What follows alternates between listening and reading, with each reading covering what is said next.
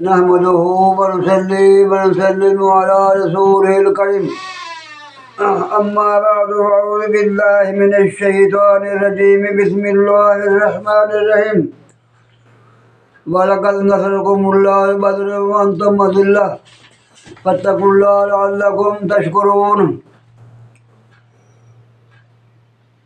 تحقیق اللہ تعالیٰ نے بدر میں تمہاری وَلَقَدْ نَصَرَكُمُ اللَّهُ بَدْرًا وَأَنْتُمْ أَذِلَّةٌ تمہاری مدد کی۔ فَاتَّقُوا اللَّهَ اللہ سے ڈرو، لَعَلَّكُمْ تَشْكُرُونَ اور اس کا شکر ادا کرو۔ حضور نبی کریم رؤوف الرحیم سید الانبیاء اور صحابہ کرام کو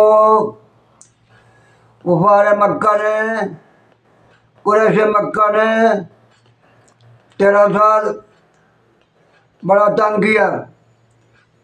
آپ ان کی تکلیفوں کو برداشت کرتے رہے۔ رب نے حکم دیا 13 سال کے بعد رب نے حکم دیا کہ تم مکہ کو چھوڑ دو اور مدینہ پہ اس کا نام یثرب تھا، وہاں چلے جاؤ۔ جب آپ اور آپ کے ساتھی صحابہ کرام سارے یثرب میں پہنچ گئے تو آپ کے وہاں جانے سے یثرب کا نام بدل گیا، کیا رکھا؟ مدینہ منورہ۔ آپ نے وہاں یہودی تھے، ان کے ساتھ معاہدہ کیا کہ اگر تم پر کوئی حملہ کرے گا تو ہم آپ کا ساتھ دیں گے، اگر ہم پر کوئی حملہ کرے تو آپ کو ہمارا ساتھ دینا پڑے گا۔ اور حضور نبی کریم صلی اللہ علیہ وسلم نے وہاں مدینہ منورہ ریاست بن گئی۔ حضور نبی صلی اللہ علیہ وسلم کو اس کے امیر بن گئے، بادشاہ بن گئے۔ 2 نبی وہ دنیا میں نبی بھی تھے اور ان کے پاس بادشاہت بھی تھی، ایک سلیمان علیہ السلام اور دوسرے تمہارے اور میرے آقا حضور نبی کریم صلی اللہ علیہ وسلم۔ تو آپ نے وہاں صحابہ کرام نے وہاں کیونکہ ان کا پیشہ تجارت تھا، وہاں تجارت شروع کر دی اور پورا سال گزر گیا۔ آپ وہاں بڑے خوش و خرم رہنے لگے۔ کفار نے قریشیوں کو یہ بات گوارا نہ گزری، انہوں نے جاسوسی کی۔ حضور صلی اللہ علیہ وسلم نے بھی انہوں نے مکہ سے مدینہ پر حملہ کر دیا۔ حضور کو خبریں پہنچنے لگیں۔ حضور صلی اللہ علیہ وسلم نے بھی صحابہ کرام کو کہا تم بھی اپنی تیاری رکھو۔ جب پتہ چل گیا کہ وہ مکہ سے نکل کر مدینہ کی طرف آ رہے ہیں تو بدر کا مقام جو ہے وہ مدینہ منورہ سے تقریباً 80 میل دور ہے۔ آپ نے صحابہ کرام سے مشورہ کیا کہ ہمیں کیا کرنا چاہیے، یہاں مدینہ میں رہ کر یہاں مطلب ان کا مقابلہ کرنا چاہیے یا باہر نکل کر میدان میں مقابلہ کرنا چاہیے؟ تو صحابہ نے یہ مشورہ دیا کہ باہر نکل کر مقابلہ کرنا چاہیے۔ تو 80 میل دور آپ بدر کے مقام پر پہنچے تو ادھر مکہ کے قریش یعنی کافر بھی وہاں پہنچ گئے. آپ نے رات کو وہاں خیمے لگا دیے.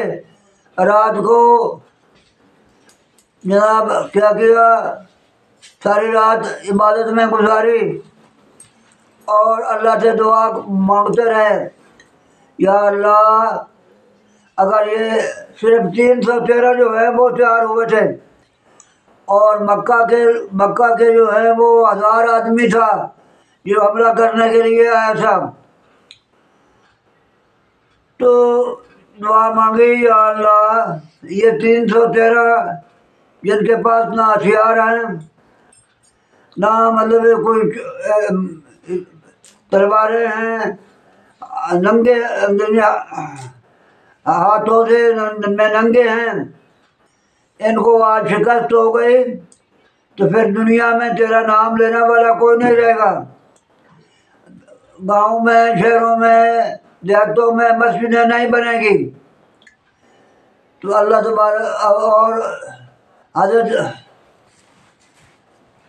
ابوبکر صدیق اپنے خیمے سے اٹھے، کیا دیکھا کہ کیا کر رہے ہیں، میرے پیارے آقا کیا کر رہے ہیں. حضور سجدے میں تھے اور آپ کی کمری جو ہے وہ گر جاتی، آپ اٹھا کر اوپر رکھتے، ابوبکر صدیق اوپر رکھتے. آپ کی دعا منظور ہو گئی. صبح جب لائنیں بنوائی تو آپ نے اس انداز میں لائنیں بنوائی کہ وہ 313 جو ہیں وہ 1000 سے بھی زیادہ معلوم ہونے لگے. جب مکہ مدینہ میں تیاری ہو رہی تھی تو 2 بیٹے، 2 لڑکے، ایک معاوض اور ایک معاذ، وہ بھی آ گئے، میدان میں آ گئے لڑنے کے لیے. تو حضور صلی اللہ علیہ وسلم نے فرمایا معاذ کو کہ تمہیں اجازت ہے، اور معاوض چھوٹا تھا، اس کو کہا کہ آپ چلے جائیں، آپ چھوٹے ہیں.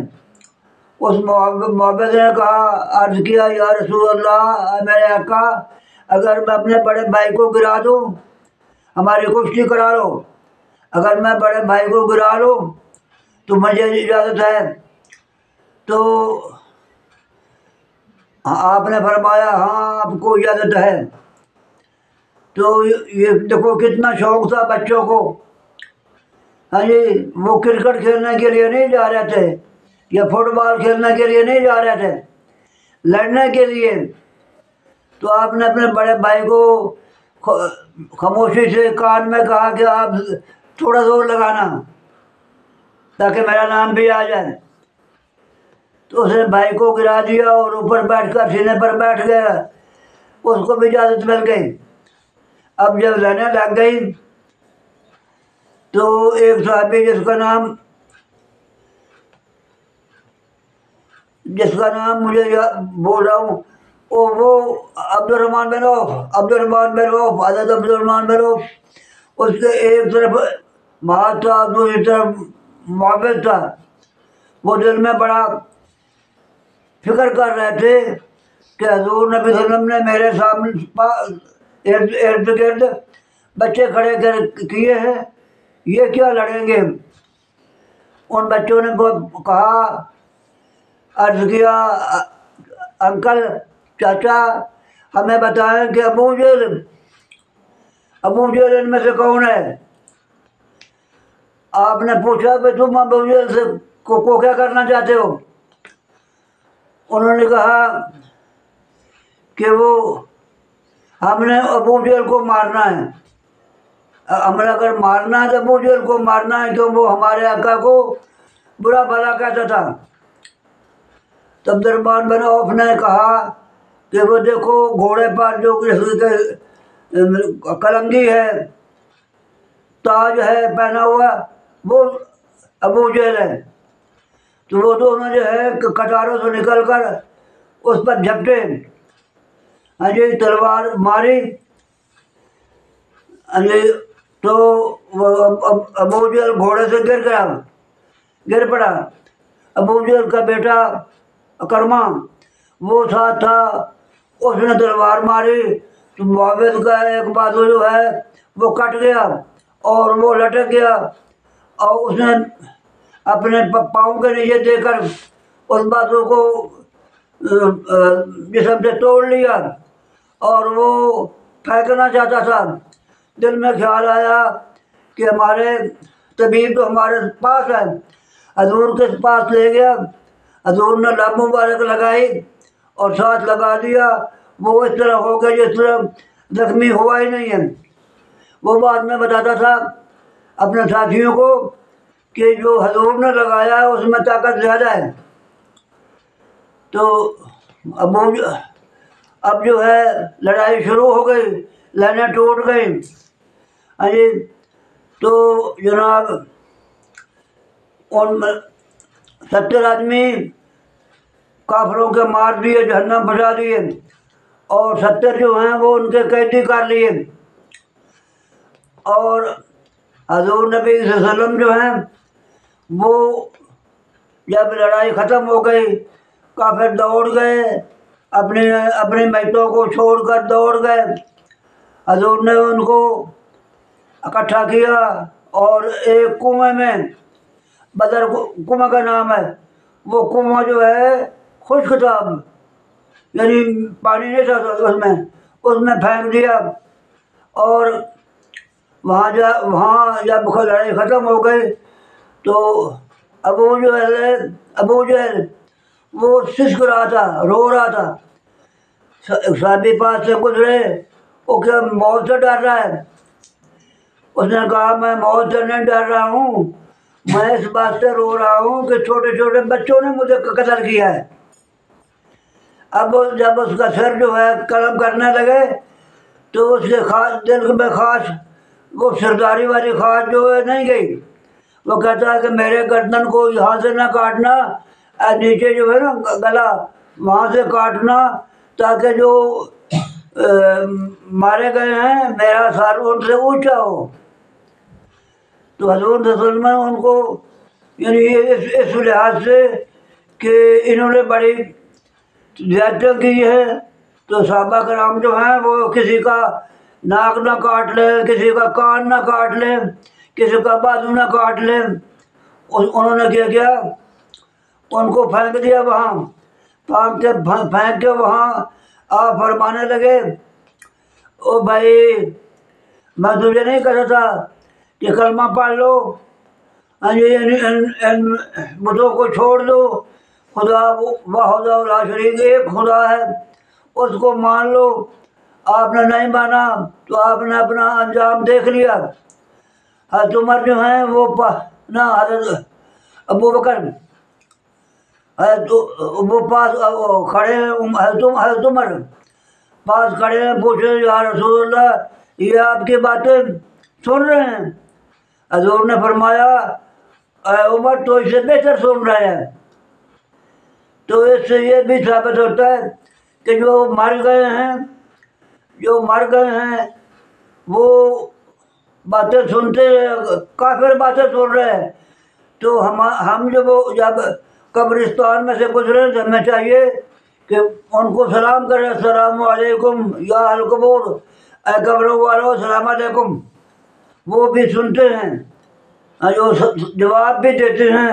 ہمارے اندر طاقت ہو تو ہم ان کا جواب سن سکتے ہیں، لیکن ہمارے چونکہ اس بات سے ہم نے توجہ نہیں کی، کوشش نہیں کی، اس لیے ہم نہیں سن سکتے۔ تو یہ ہے پہلی جنگ، پہلی غزوہ جس میں مسلمانوں کو مطلب اپنا فتح نصیب ہوئی۔ اللہ تبارک و تعالیٰ ہمیں صحیح مسلمان بننے کی توفیق عطا فرماوے۔ اور ماہ رمضان، چونکہ یہ ماہ رمضان کا مہینہ ہے اور یہ جنگ بھی ماہ رمضان میں ہوئی تھی، 17واں روزہ تھا، صحابہ کرام روزوں سے لڑ رہے تھے۔ اللہ تعالیٰ ہمیں صحیح تو مسلمان بننے کی توفیق عطا فرماوے۔ وما علینا الا البلاغ المبین۔